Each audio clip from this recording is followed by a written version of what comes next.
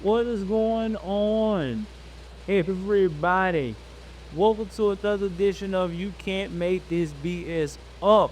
I'm your host, Joel Davis. I want to tell you guys that I am so glad that I am able to give y'all some content. It's been crazy, man. Last couple of days, I have been really working on trying to transition from my actual job that I am about to be starting next Monday. So I'm trying to give y'all as much content as possible. Before I start on today's story, please, guys, do me a huge favor. Try to uh, support us as much as possible. If you have noticed on my last couple of episodes now, I have things where you can actually place the donations to my Cash App, Venmo, also the I'm not saying PayPal, but I want to say the website that we got that you can also donate over there as well too. We're just trying to build as much as possible with this podcast because all of it is going towards the podcast gear on the internet that I know to show help out with the internet bill and everything else. So if you want to donate, like I said, it could be $1, or if your heart bestows on you to donate $5,000, because I know somebody out there may have won the lottery a couple of times.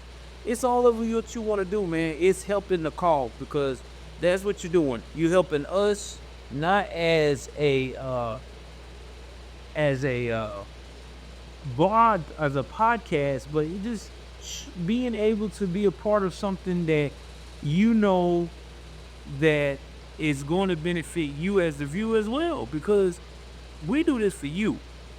Now I'm still going to try to pull up as much as possible out for you guys. Like I said, I've been really having a hard time lately because of due to the fact of the matter.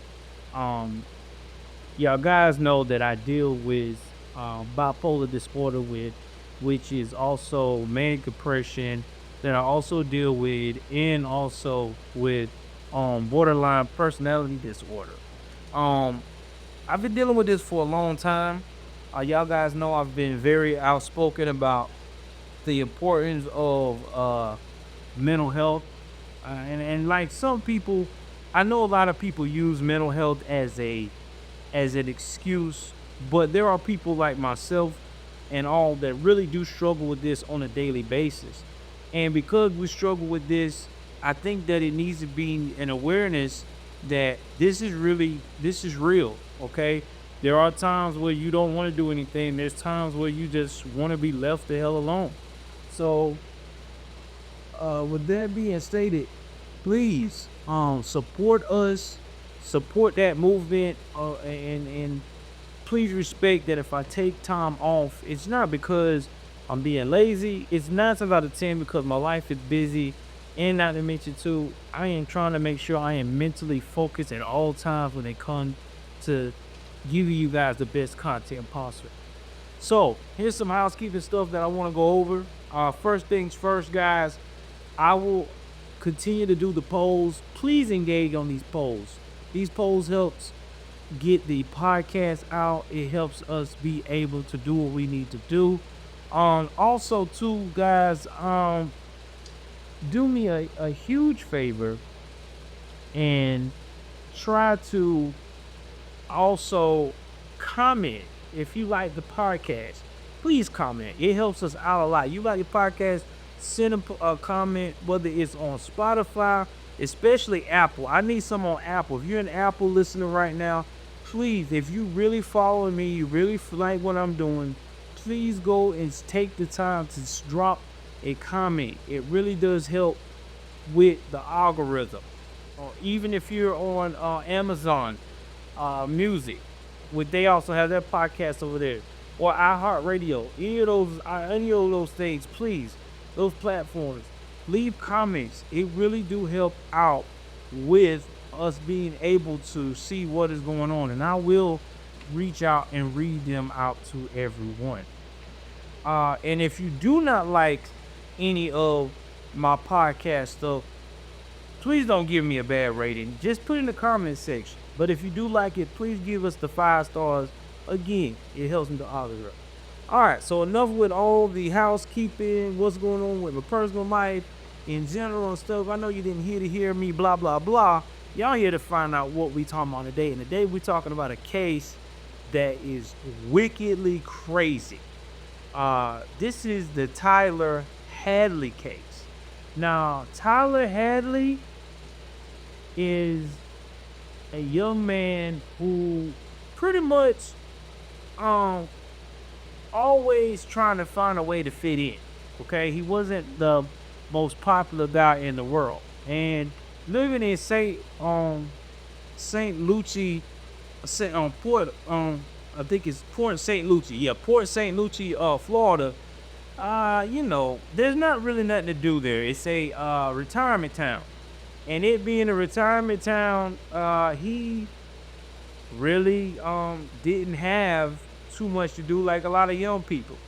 So he decided to do something that a lot of people would probably say was a young teenager is pretty cool, having a notorious house party. But while he's having that notorious house party, people don't even know that he has done the most unspeakable thing that anyone could have ever imagined. And with that being stated, I'm going to go ahead on and jump into how this happened at Port Lucie, Florida, and how this young man, Tyler Hadley, decided to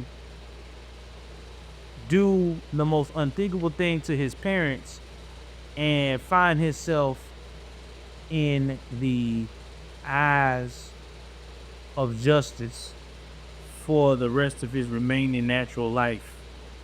Let's talk about it. So, Tyler Hadley parents were named Blake and Mary-Jo Hadley. See, they moved to St. Port Lucie, Florida, like 20 years before the incident ever took place. Now, the reason why they moved to St. Port Lucie, Florida, like I said, is a retirement town, but they wanted to be close to Blake's retired parents. And because they're getting up in age, you want to make sure they straight, right? You want to make sure you're around mom and dad. They don't have to worry about feeling like they got to go in a group home, or if they do have to go to a group home, you right there to be there with them. So they live right around the corner from them, and the whole family was like very close. Like, we're talking about the grandparents and the parents, they all like one big happy family.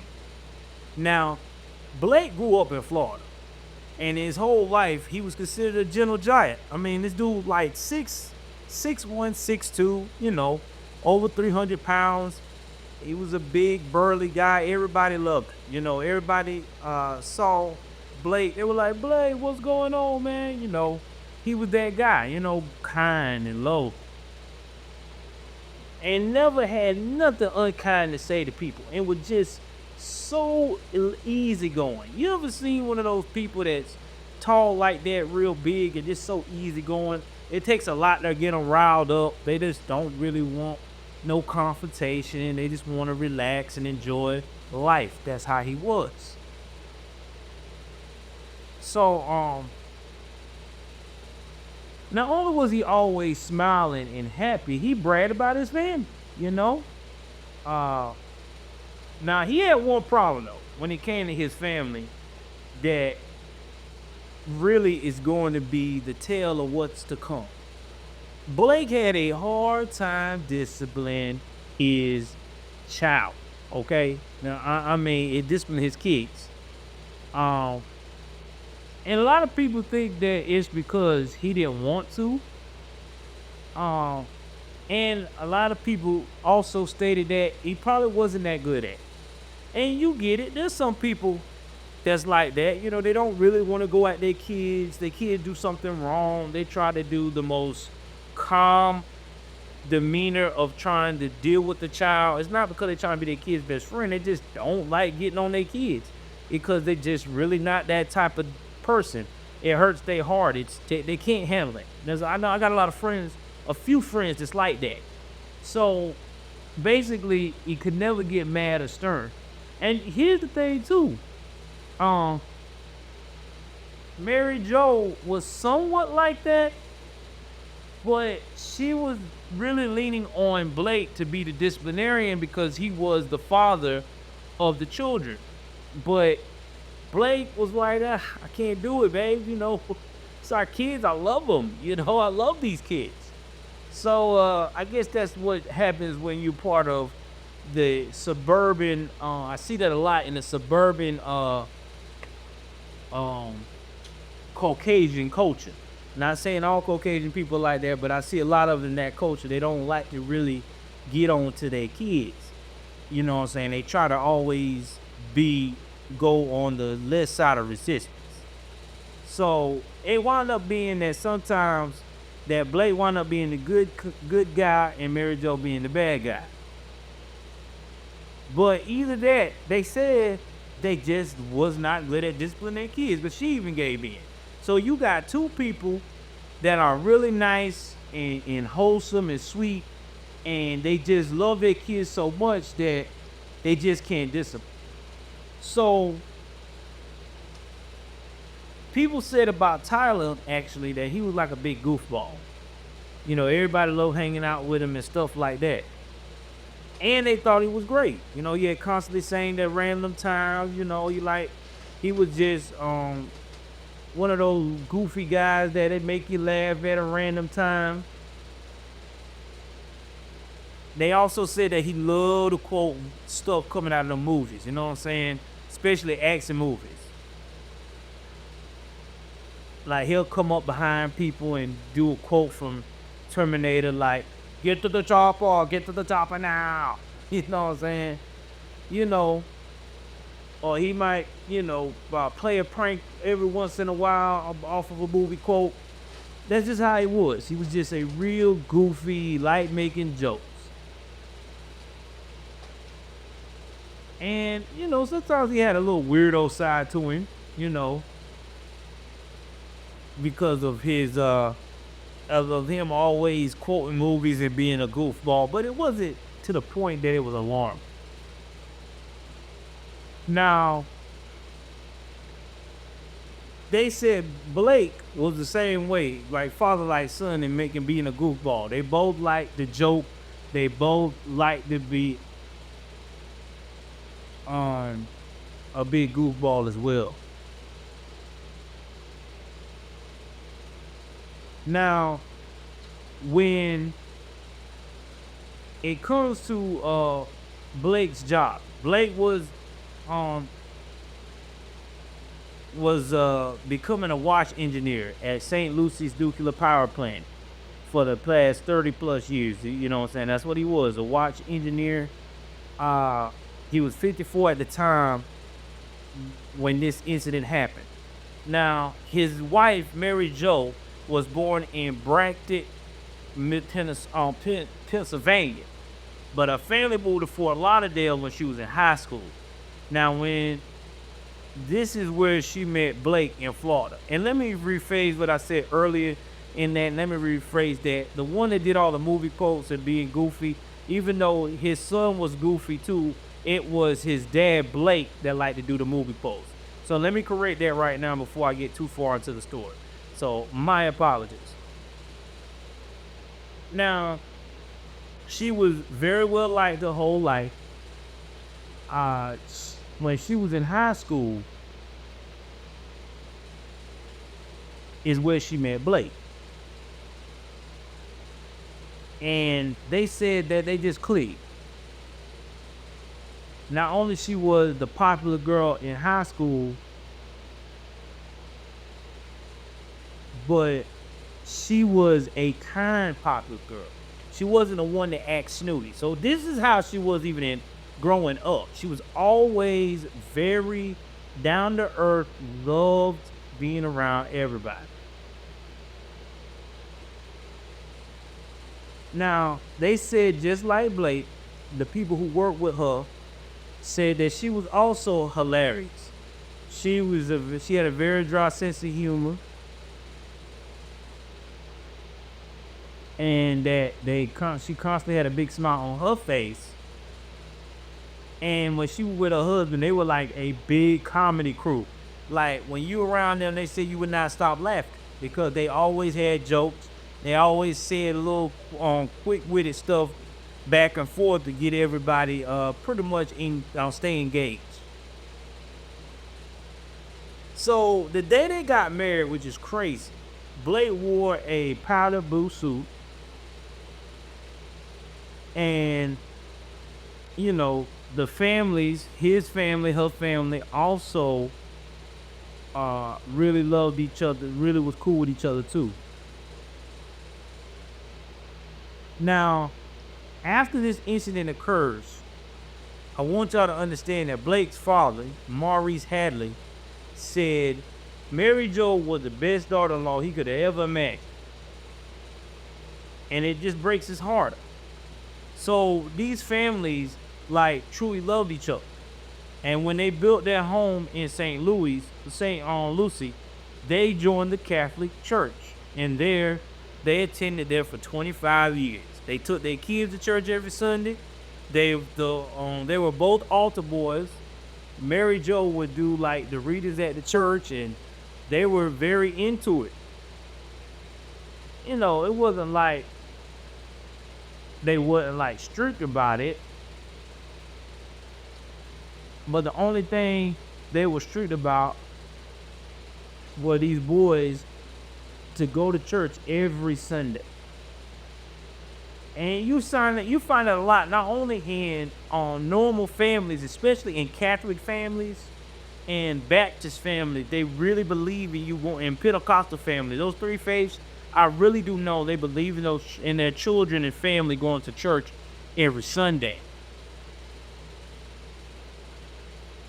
And they try to instill those values. You know what I mean? Now, Blake's wife, Mary-Jo, which is Tyler's mother, was an elementary school teacher.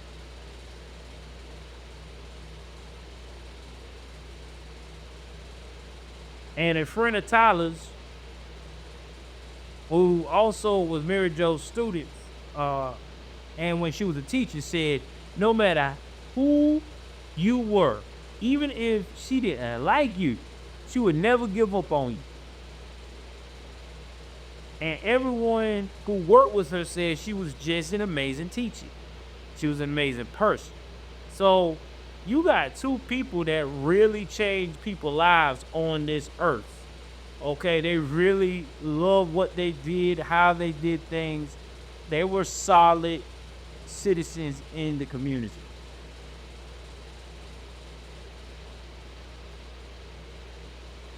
So Mary-Jo had the same email for like decades. And it was the first email she made when they first got together.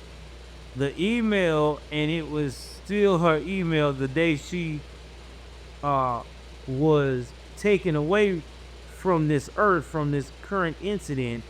Her email was ILB, I is in Indian, L is in Lima, B is in boy, H as in hotel, 412, which is for I love Blake Hadley.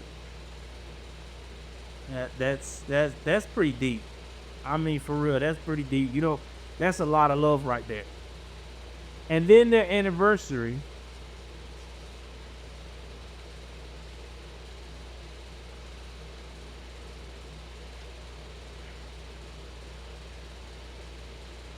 And when they had an anniversary, excuse me, and also together, I don't know why I said anniversary. They had two sons, right? They had Ryan and Tyler. Now Ryan is 23 and Tyler was 17 at the time this incident occurred. And you know, Brian and Tyler, the whole fair, everybody was close.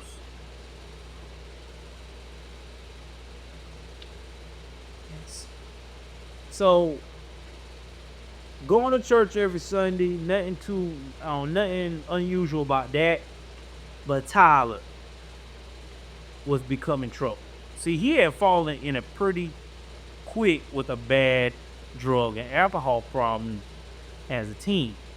So he was butting head with his parents. But this all kind of came out of nowhere, you know what I'm saying? Because he was born December 16th, 1993. And he was born premature. So that could have been the reason why he might have had started leaning towards those type of behaviors. And Dr. mentioned too, he had a lot of health issues. And I do know, because my special needs son, he was born premature.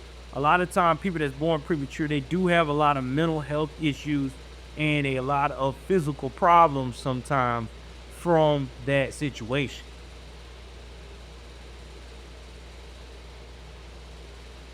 So he had to stay in the NICU, and that NICU is basically like the ICU for babies, especially when they're premature. And he was a whole month. And doctors had to induce labor a month early for his mom because she had a very difficult pregnancy with him. So, like, right off the jump, he is going through it to be in this world and fighting every inch of his being to stay alive in this world. Now, family members said that as growing up, he was very sweet, but he was very polite, but they say he was very withdrawn. He was like very strange, but they couldn't put their finger on it. You know what I'm saying? And then he had a lot of belts of depression, a lot of anxiety. And he had eating issues too.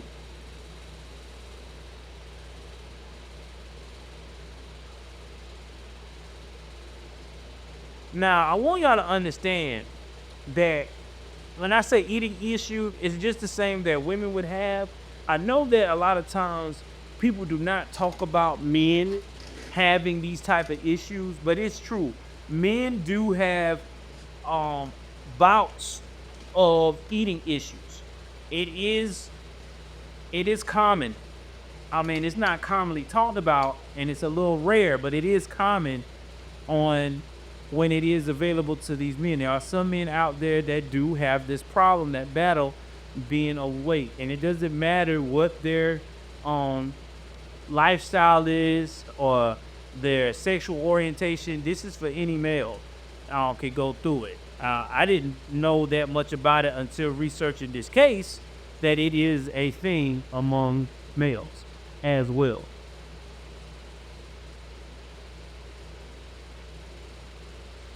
Now,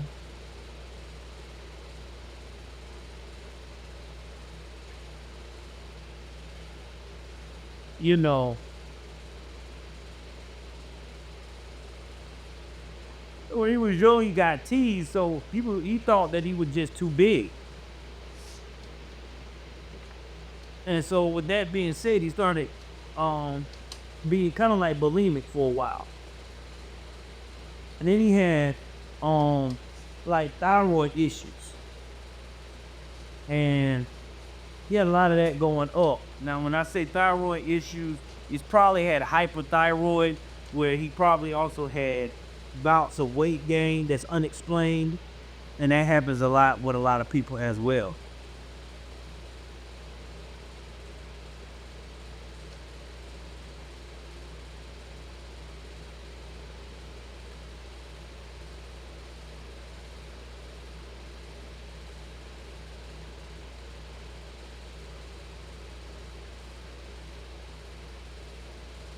Now, with a lot of these self-esteem issues, and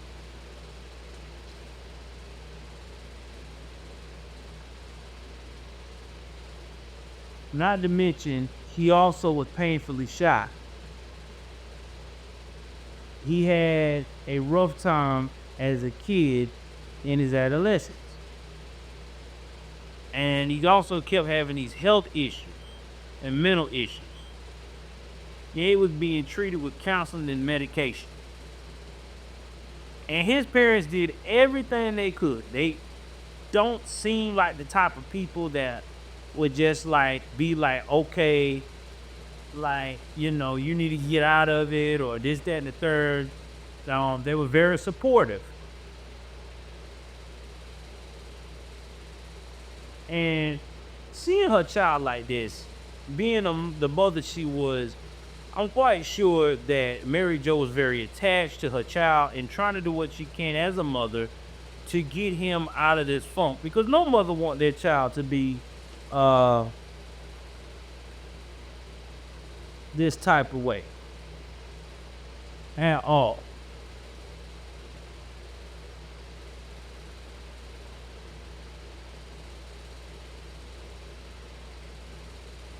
And so that's why she tried to dote on him and everything else. And they had a good bond because of these.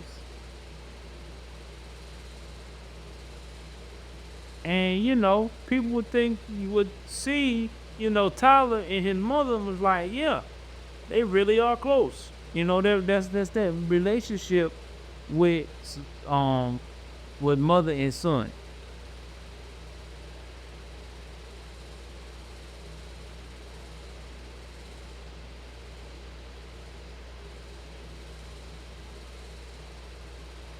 So it was around about like 12 or 13 when he started getting into trouble. And he was like out here vandalizing cars and property. He was stealing things. He was lighting fires and breaking windows. He was just being a straight asshole out here in these streets. Okay? And he loved to light fires. And then watch like an entire lot of seen a lot of trees burn. And he did this, like I said, between 12, 13, and 14. And this is a bad sign too. Cause usually when they say that's one of the 5 things of when you become like a serial killer too. You start burning things and watching it burn, hurting animals and stuff like that. A lot of serial killers say when they were kids was obsessed with fire. Like they had to set something on fire. It just, they could not go a day without setting something on fire. They just love looking at that glow of that fire. Then he started using acid pills and become drinking hard. Now again, Tyler was not that popular in school. He was not popular at all. He was just someone that was there.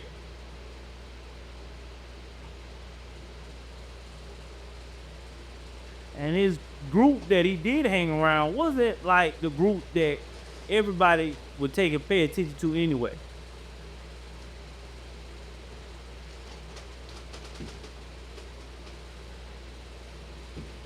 And like I said before, he was just one of those kids that was just trying to find his way.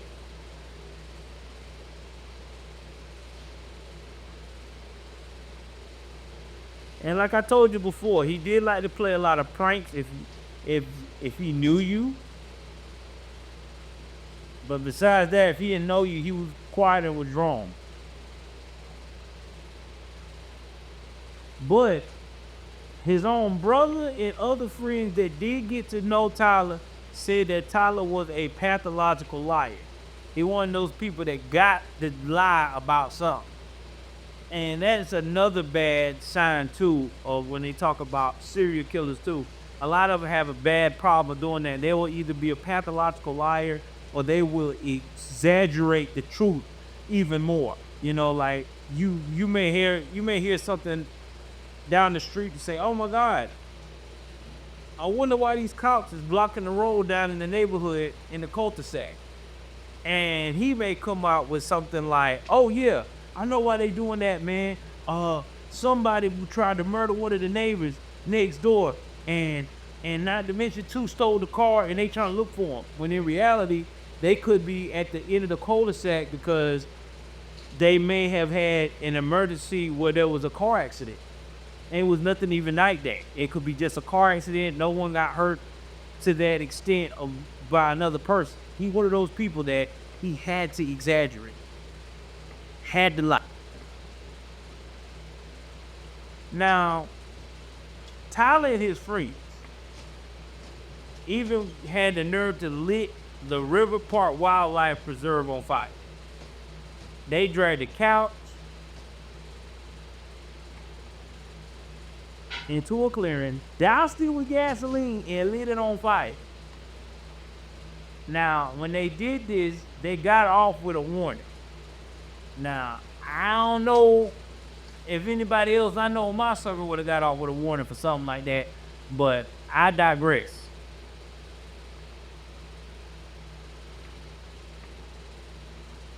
And then 10 weeks before his party, and has happened, Tyler was arrested on a charge of aggravated battery. He got into a fight at a friend's party apparently, and because he had a pair and also previously been convicted of burglary, he was sentenced to a week at the county jail and 2 weeks of house arrest after that. So yeah, Tyler was on one now. Now during this time, his mother was like, "Yo, you doing too much. I'm taking that damn phone. Give me the phone now." Which became a big source of conflict, okay? Now, in June, Mary-Jo actually had Tyler sectioned to a mental health facility.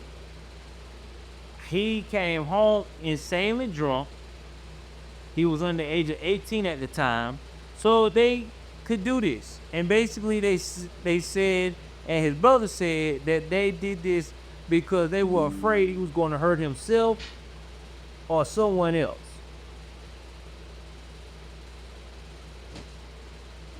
So he would always make a lot of casual comments about suicide. He talked about it a lot.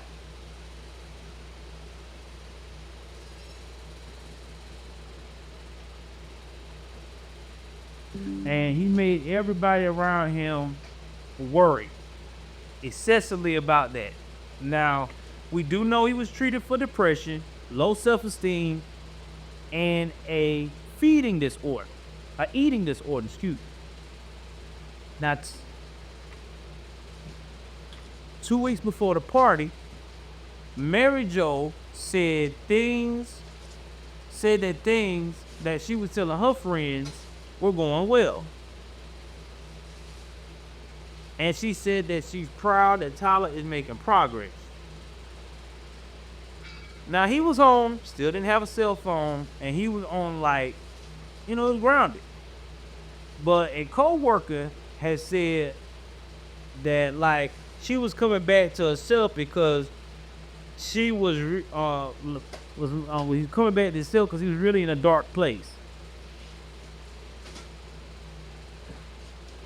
And now it seems like him and her, all of them together, can breathe because he was trying to improve himself. So you gotta remember, you got a child that was born premature, struggling his entire life. There's no structure because the parents do not want to cause any chaotic. They don't want to get on him because they don't have the, I would say, the testicular fortitude. Yeah, testicle fortitude. My apologies, guys. I'm too tired today to do the right thing. So this is how this is starting to become. It's starting to become a real nasty collision course when we would get to the end of this shit. This is about to be bad.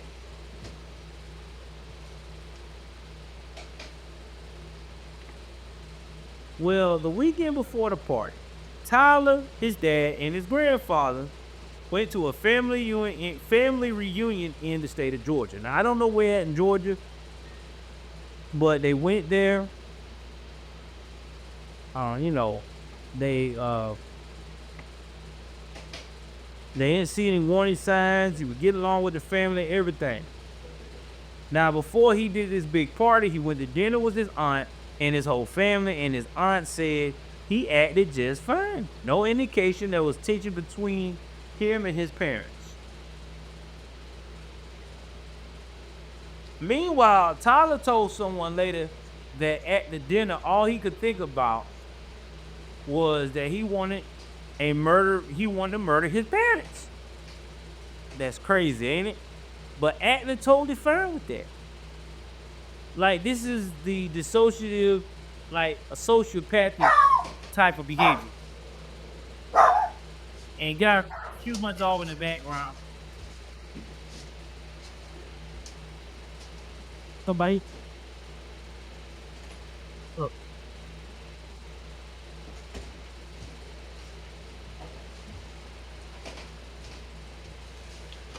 It's all bad. So think about that. Think about someone, your child, is with you at a family gathering / reunion, and you're enjoying your family and everything, and the only thing they thinking about is killing your ass. Whew, man, oh man. Listen, again, I'm not trying to be racial or anything like that, but I know as a black man with black parents, I could not even think of doing anything like that to my parents, because my parents are just straight bananas. But that's another story at another time. So, Tyler's friend Cameron, which is going to be important in the story later on, actually ran into him that same night, the night before the party. And Tyler was like, yeah, I've just been at dinner with my family. And Cameron was like, oh, how is everyone doing, Tyler? You know, like, is everything cool now? You're like, oh, yeah, they good. And then Cameron was like, oh, well, it's my birthday. And Tyler said, oh, that's awesome. Come over to my house tomorrow night. I'm throwing a party. And Cameron's like, right, like, you throwing a party the way your parents have been having you on lockdown, but you can't do that? Nah, I don't think you having a party. But Tyler insisted, yeah, man, I am having a party. Just come by tomorrow night. So that night, he had made it in his mind that he was going to kill him, because he want to have this big party tomorrow, which is like totally crazy.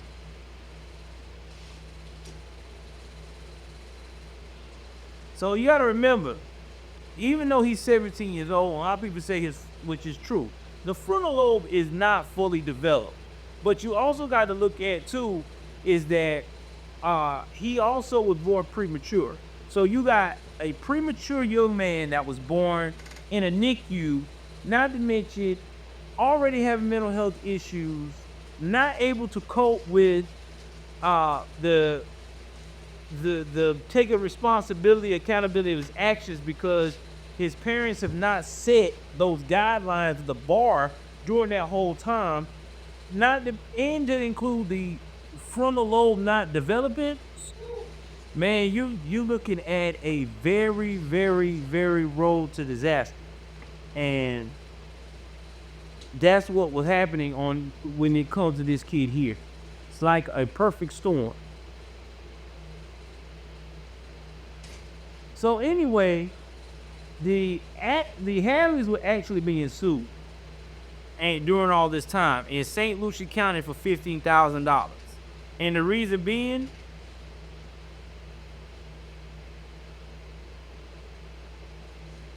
Tyler hit a child with his dad's truck. Now, he did not kill the child, but the child was injured. And they hitting him with the truck, and the family suing the Hadleys for $15,000. And it was in June of 2010 that this happened. And the suit was filed in May of the next year. And he was scheduled to give a deposition about it in August.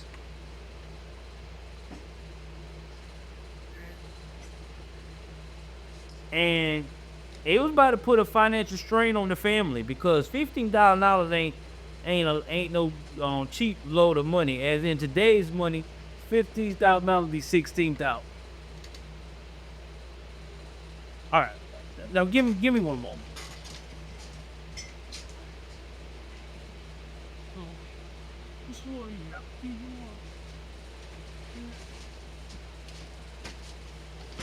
So anyway,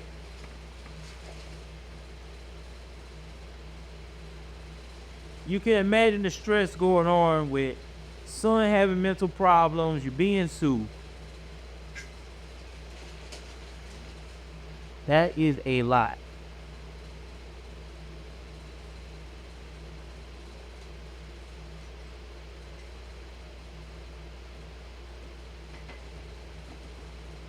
So anyway, um he started reaching out to some people, right?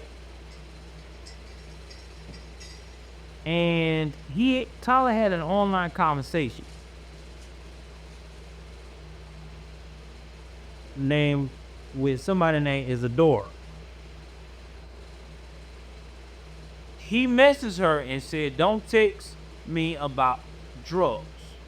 So she wrote what happened, and he said, "My mom has it because I got arrested on Monday and she's flipping shit.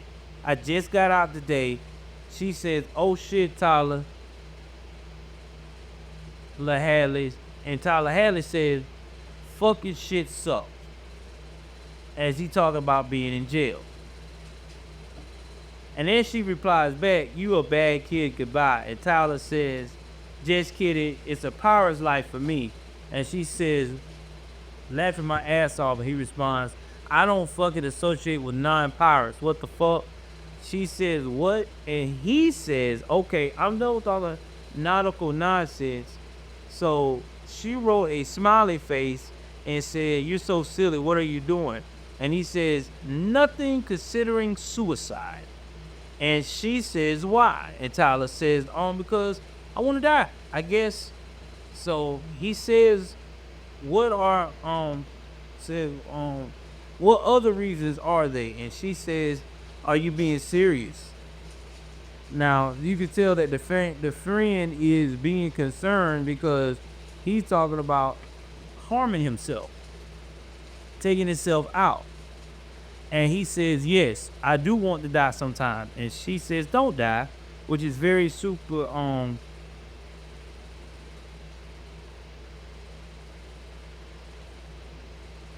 and that's when she says, "Smoke a bowl whenever you're down," with her tongue out her face. And he says, "I used to. Now I drink a lot when I'm depressed. It fills the emptiness inside of me," in all capital letters. So it seemed like to me that counseling was not helping. This kid really needed to be in a long-term facility to rehabilitate. And then she continued to write that he was quite a character. And he says, "Yes, but all my smiles are fake." And then she's like, "Dinner and cheese," with like a wink face. "See you later." And that was just one of his conversations that he had before this party. So you can tell he got a lot of issues going on. And you can see what was happening inside his brain. And it was not gelling right.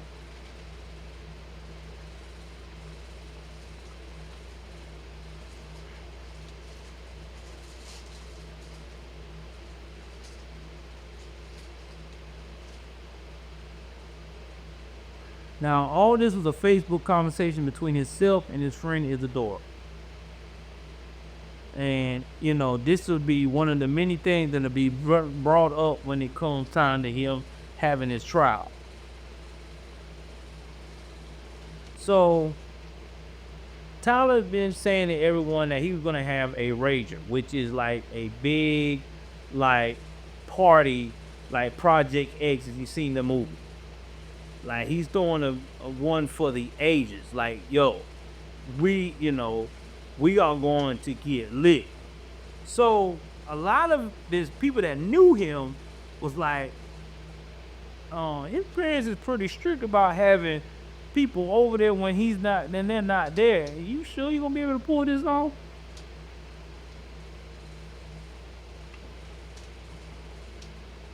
But, you know, he kept saying, no, don't worry about it. My parents out of town. Don't worry about my parents, basically.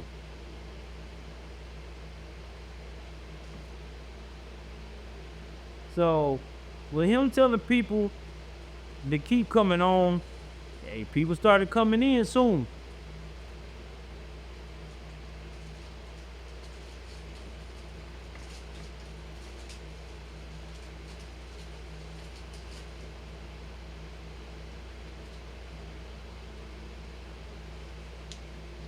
Now, before we get back to the party, um, this is some of the throwback conversation he had. Like, uh, July 16, 2011 at 11:25 a.m. he received a Facebook message from another friend, Antonio Ramirez. So Tyler responded, "Sup, bro? I already want to throw punch this kid, by the way. So, you know, I already want to throw a punch on him or whatever." And Antonio responded, "Chilling, what you doing tonight?" And he said, "Trying to have a party at my crib." Antonio, "Your parents aren't home." And Tyler, and Antonio, he said, "Your parents at home?" Tyler like, "Nope." "Well, they're leaving soon." Ugh. Yeah, that was before anything happened. And this was before anything happened. This is the day that it happened. So, in the morning of it happening, of him killing his parents, and he's like, "Yep, they're leaving soon." That's, you know, pretty much what he was doing. Now, that same day, 1:15 p.m., Tyler posted a message on his Facebook. He wrote, "Party at my crib tonight. ... Maybe so. LOL." Um,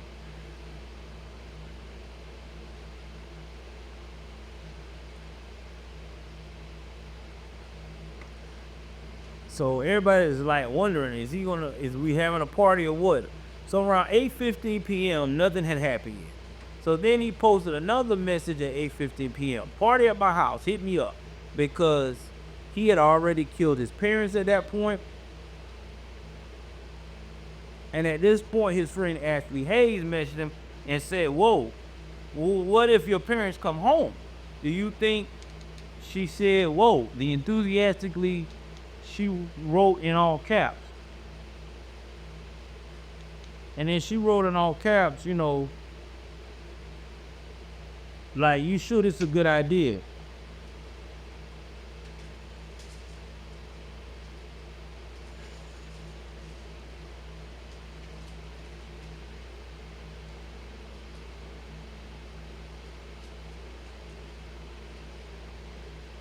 I thought I said we'll go through these messages right quick, y'all. Hold up.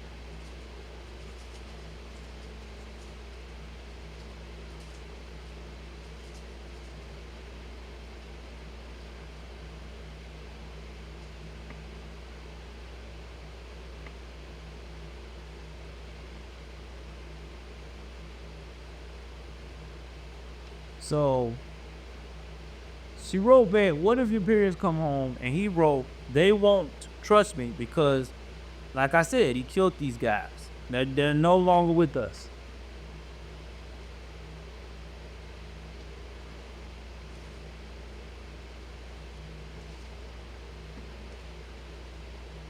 So just imagine what he got going on.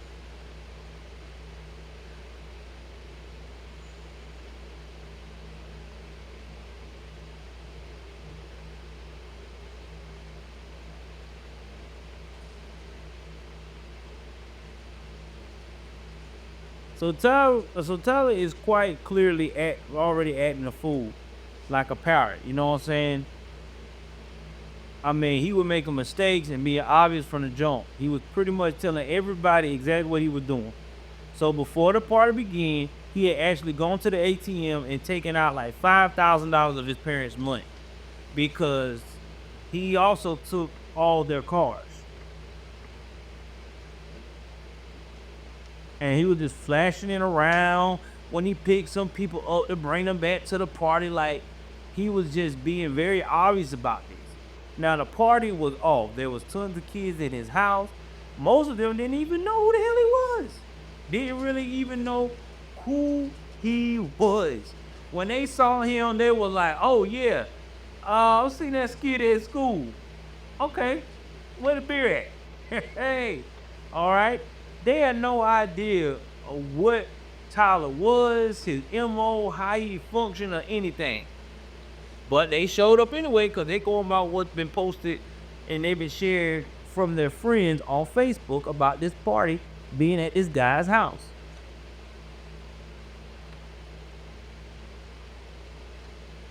So they at this party, they at his house,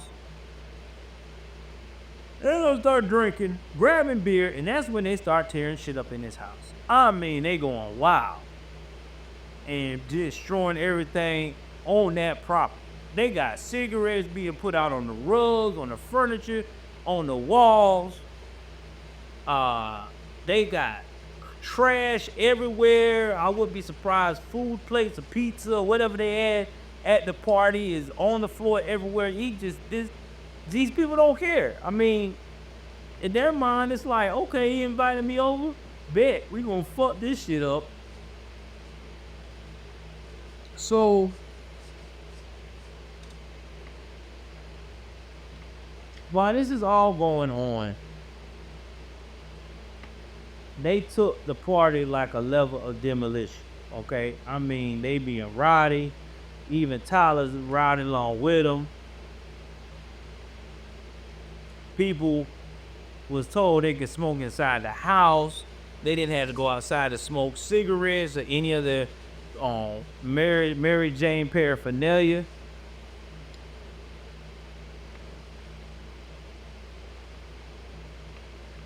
And yeah, he just went from, like, anybody would say, "Hey man, this is my parents' house. What the fuck you doing?" Go outside, and more like, "Man, whatever. That happens, happens." So now it's like 11:30 p.m. and a guy named Mike Young came to the party with a bunch of his pals, and he was like a popular kid, like the jock. He basically knew Top, like who he was, but he didn't know him. So he showed up, and obviously it's like, "Oh, Mike Young, is that the party?" That's also great that you know that you're here, because Mike is the more popular guy. He's the quarterback of the football team. Now he said when Tyler opened the door, he said Tyler was very clearly rolling. And when they said very clearly rolling, that means he done popped the X, right? So you could tell his pupils were probably like real huge, exactly like saucers, and he was immediately noticed that he was very anxious looking and he was acting strange as hell. And he was like fidgety. He just seemed like he can imagine like he just looked like he was not there at all.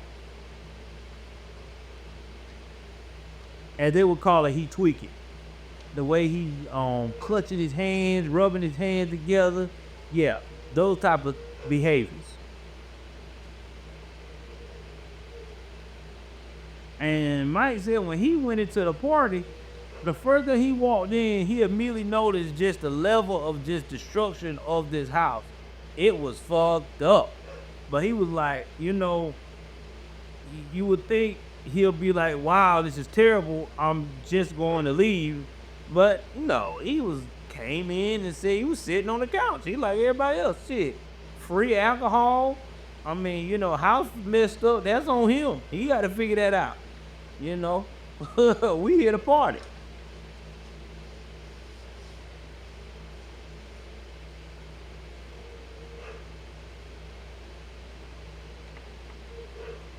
So anyway,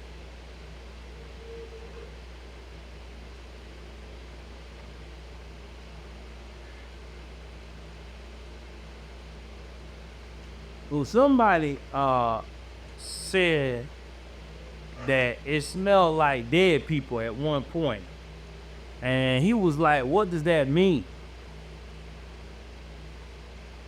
And he was like, "I don't like the smell of dead people. It smells like something dead in here." And that's when the kid was like being confronted by this by Tyler. He was like, I don't know, maybe someone's smoking and just walked away. But I guess um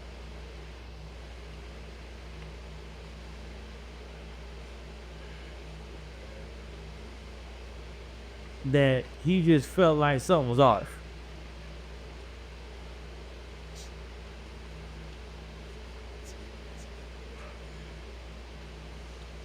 And I wouldn't be surprised because if he killed his parents that morning, I would not be surprised if the bodies were starting to smell because that's damn near 12 hours. Rigor mortis just set in. They probably done had discretion of their, because they always say that when a dead body takes its final breath, that in so many hours before you become rigor mortis, that all your liquids discretiate from your body.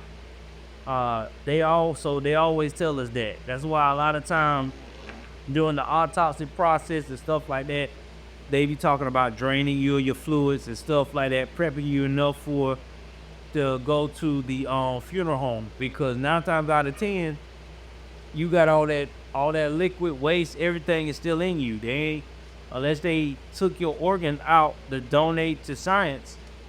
Yeah, you got a lot of that stuff still there.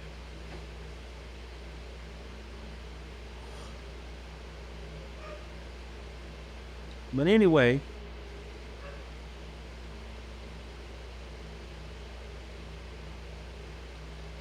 Sophie, the black lab, that the family dog, was end up cowering in the bathroom all night. And at one point, she was locked in the closet by some of them. And whoever did that is a fucking asshole. So his brother Ryan, which we said now, his older brother, had moved to his oldest brother moved to North Carolina with his now soon to be at one point his future wife. And he was in college. And they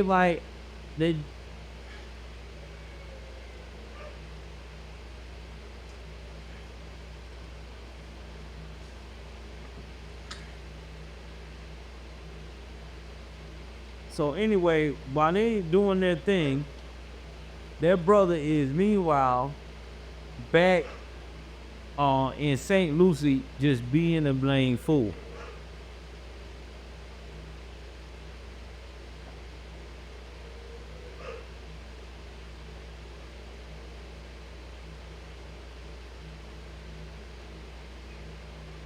So anyway, loud music playing,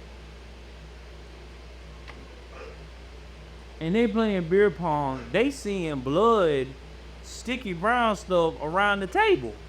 So the kids looking at it like, okay, whatever, and ignore it. Meanwhile, they also seeing this brown licking around the table.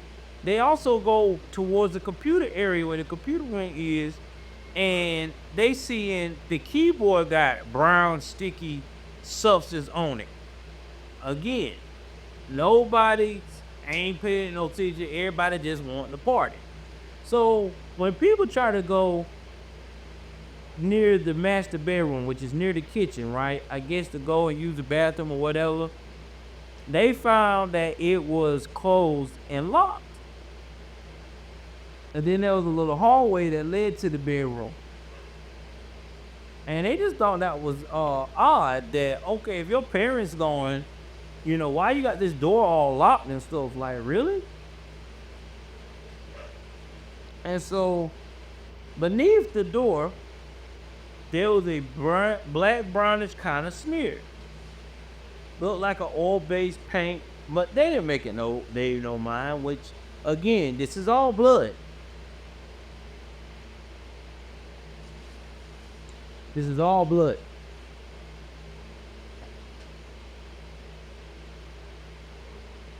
So he's telling people that his parents had gone to Georgia. Now, Tyler's friend Marquise, he wasn't at the party and really good friends of him. And he was visiting his grandparents in Chicago. And at the time, that's why he couldn't come. But hey, Again, this guy was telling everybody all kind of stories where his parents was. And people are trying to figure out where is, what is really going on here.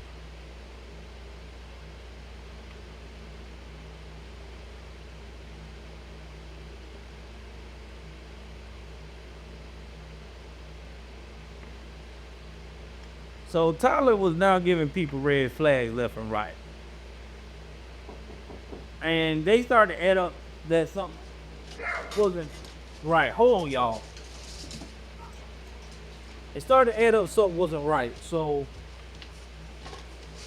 they began to like really suspect that something is not right with this boy and his parents. Because thing just was not adding up. They got fucking so. When I have to have get or it's possible. So anyway, so soon Tyler would confide in one of his friends, and he would tell his friends that he was throwing this party because this is gonna be the last time they was gonna ever see him. And he was like, "What you mean it's gonna be the last time he was ever gonna see him?" And Tyler told his friend, he said, "Listen, man," he said, "I don't know if you noticed this or not, but look in the driveway, bro. Look in the garage." So they look in the garage, and in the garage you see both of his parents' vehicles in the yard. He said, "Follow me upstairs." So he kind of like follow my man's upstairs and opens this door that they couldn't open. And there you have it. He sees his parents on the floor. Dude, like so, chilling with fear. But he played it cool. Now the friend that disturbed us that discovered this was smart. He continued the party with which was Ryan. But Ryan is brother. But anyway, he continued the party. He didn't say anything right then. Because he was like, I guess in his mind, like, okay, if he killed his parents and I go up here and I act like I want to tell the cops, I might not make it out of here alive. So, he went on ahead, played like everything was cool. And what Micah did, before Micah left, Micah went and told another guy, like, "Yo, man, this is what my man just told me. He killed his parents. See all the blood here, shit is there. Oh shit." So when Michael left and everything else, I guess he decided to go and call cops.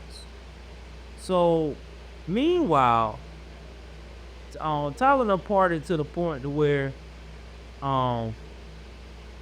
he done went up here and started slowing down and want to pick up stuff. Now, here's another way he had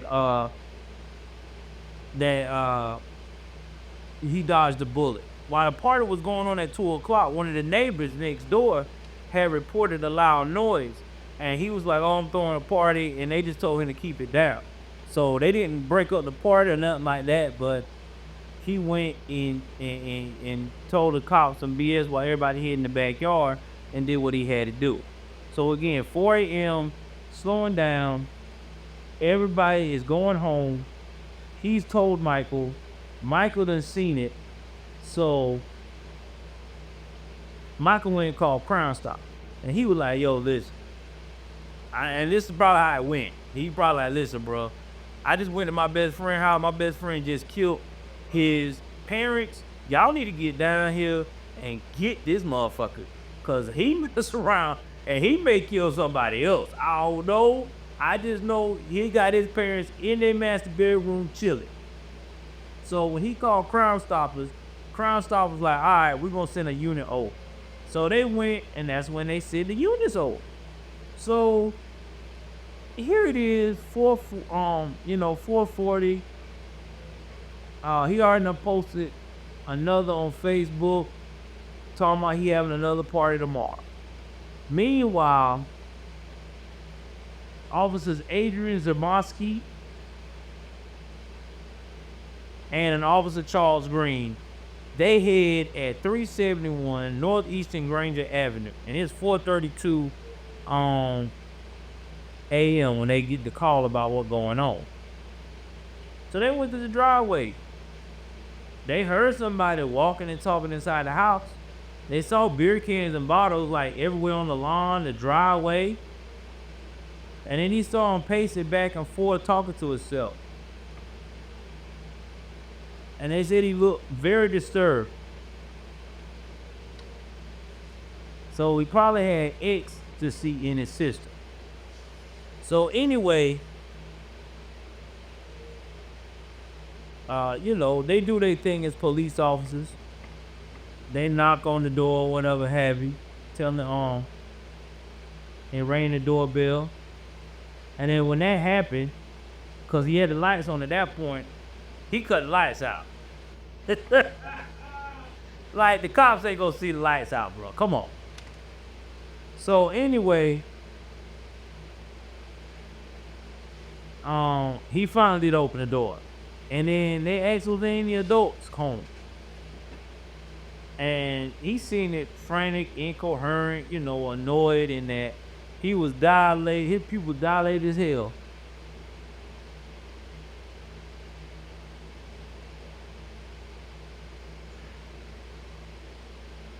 And he started reasoning them as they opened the door, and they were like, are there any adults home? He was like, no. And then he said, I know I'm going to Rock Road, which is St. Lucie County Jail. And when he said that, and he said, so just take me. And they were probably like, what the fuck is he talking about? So they put him in the driveway. One officer stays with him, and then they went to walk in the house.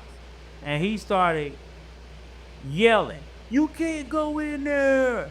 You can't, don't go in there. Like he's raging, trying to scream at the top of his lungs. And I guess when the officer went in there, that's when he finds the bodies right there in the master bedroom.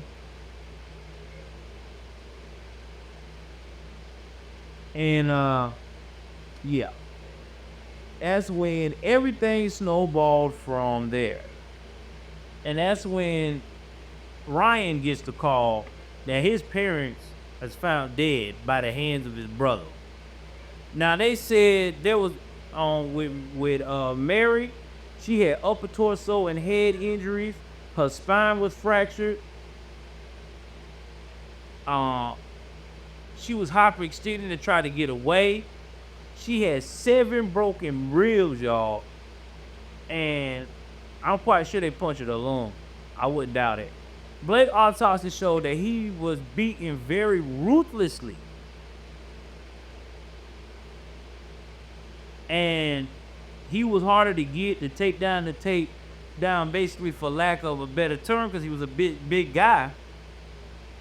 And I'm just shocked that he was able to do that to his dad.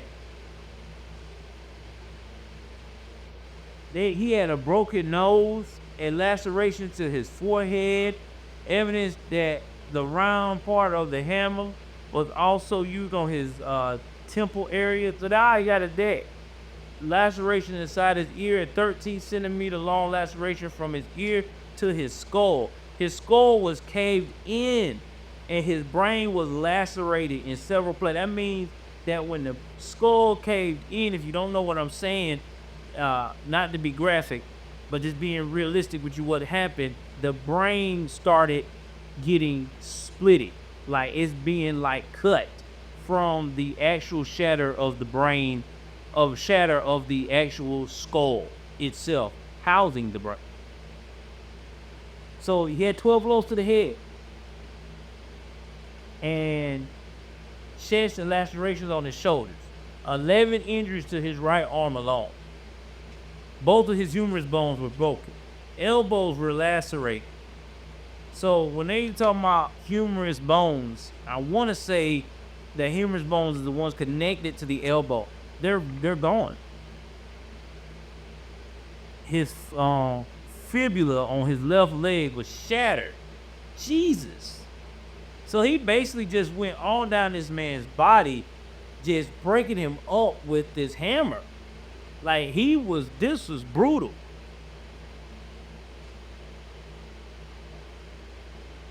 And they said the funeral service was held with 1,000 people to show love to the Hadleys.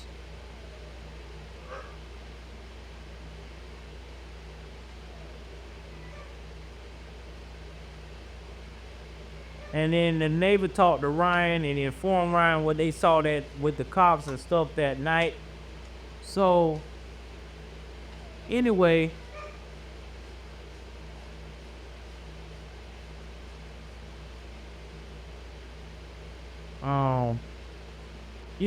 Brian went to see his brother.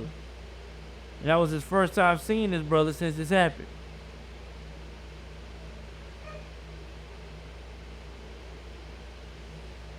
And he was like, listen, like, I can't abandon my brother. My parents wouldn't want me to do that, so I'm not going to abandon him. He said, but I got to do what I got to do. And let me tell you, that's a hell of a dude. Because I couldn't do it. If it was been my brother would have done that to my parents, I'm sorry, bro. You on this shit your own. Everything you don't do is on you, player. You made that decision to take our parents away. I don't give a damn how much mental health you had going on. This is crazy. You even had there to have a party? Oh, I'm out. So after all this went down, Ryan became Tyler's guardian.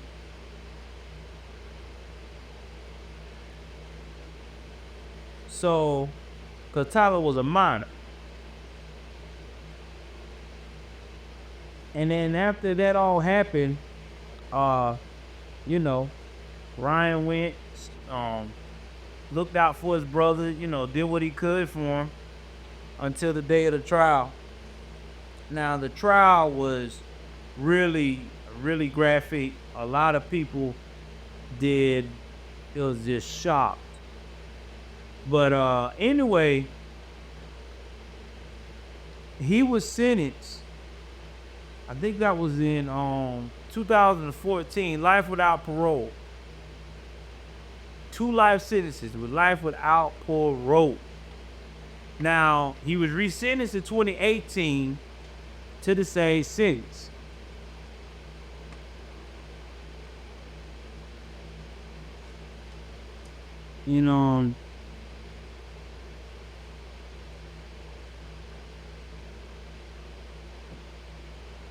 Anyway, it'll be another 25 years before he can have an appeal or anything like that. But at this point, I mean, he's in there.